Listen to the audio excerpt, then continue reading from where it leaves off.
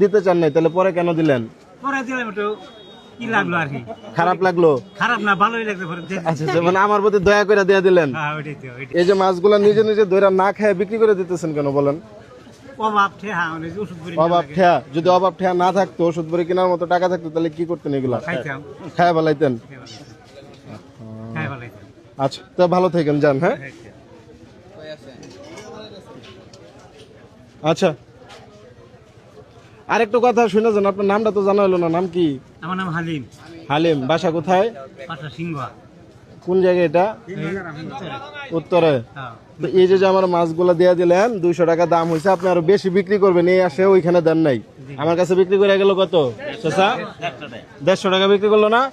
তো এই যে মানবিক কাজটা করলেন, আমি আসলে আমার মাছগুলা লাগবে না, আমি জাস্ট একটা পরীক্ষা করতেছিলাম, আর আমি দেখার চেষ্টা করলাম যে আপনি আমার কম দামে মাছগুলা দেন কিনা। এখন তো দিয়ে দিলেন, দিয়ে দিলেন না?